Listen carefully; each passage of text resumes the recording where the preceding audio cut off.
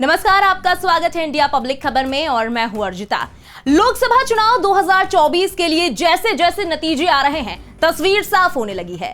अब तक के नतीजों में एनडीए की सरकार बनती दिख रही है, मगर भाजपा अपने दम पर बहुमत से दूर होती दिख रही है। अगर यही रुझान नतीजों में तब्दील होते हैं तो फिर भाजपा की यह हैट्रिक जीत होगी और पीएम मोदी तीसरी बार प्रधानमंत्री बनेंगे।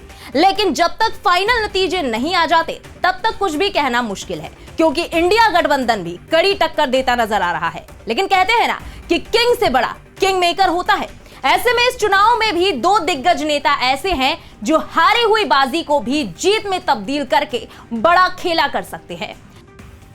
दरअसल 290 सीटों के साथ बहुमत का आंकड़ा पार करने के बाद भी भाजपा टेंशन में है। एनडीए के दो सहयोगी दल ऐसे हैं जो सरकार बनाने में किंग मेकर की भूमिका अदा कर सकते हैं। ये दो सहयोगी दल हैं, एक नीतीश कुमार की जेडीयू और वही दूसरी तरफ चंद्रबाबू नायडू की टीडीपी। दोनों पार्टियों के खाते में 15 और 16 सीटें आती दिख रही हैं। वहीं विपक्षी गठबंधन इंडिया भी इन्हीं दोनों को पार्टियों को लुभाकर एनडीए के तीसरी बार सरकार बनाने से रोक सकता है। तेलुगु देशम पार्टी को अभी तक के आंकड़ों के अनुसार 16 सीटें मिलती हुई दिख रही हैं और जेडीयू को 15 सीटें मिलती दिख रही हैं। अगर ये दोनों पार्टियां विपक्ष के लुभावनी ऑफर को अपनाकर एनडीए का साथ छोड़ती हैं तो बड़ी दिक्कत हो सकती है। एनडीए को अभी तक 290 के आसपास सीटें मिल रही हैं, जिसमें बीजेपी को अकेले 241 के लगभग सीटें हासिल हुई हैं। जेडीयू के 15 और टीडीपी की 16 सीटें मिलाकर 31 होती हैं और 31 सीटें हटने के बाद एनडीए बहुमत से दूर हो जाएगा।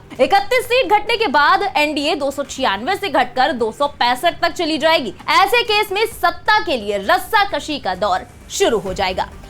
लेकिन बड़ा सवाल है कि क्या जेडीयू और टीडीपी एनडीए का साथ देंगी, क्योंकि जेडीयू के मुखिया नीतीश कुमार के बारे में कहा जाता है कि नीतीश तो सबके हैं, जितनी बार उन्होंने पलटी मारी शायद ही कोई उनके करीब भी होगा।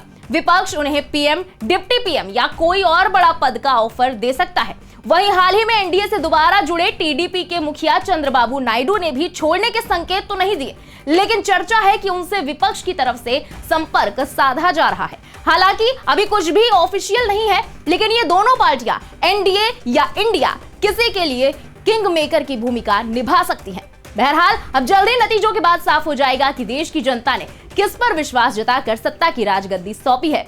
फिलहाल के लिए इस स्पेशल रिपोर्ट में बस इतना ही। लोकसभा चुनाव से जुड़ी सभी लेटेस्ट अपडेट्स के लिए बने रहें इंडिया पब्लिक खबर के साथ। हमारे यूट्यूब चैनल को सब्सक्राइब करें और बेल आइकन दबाना बिल्कुल ना भूलें।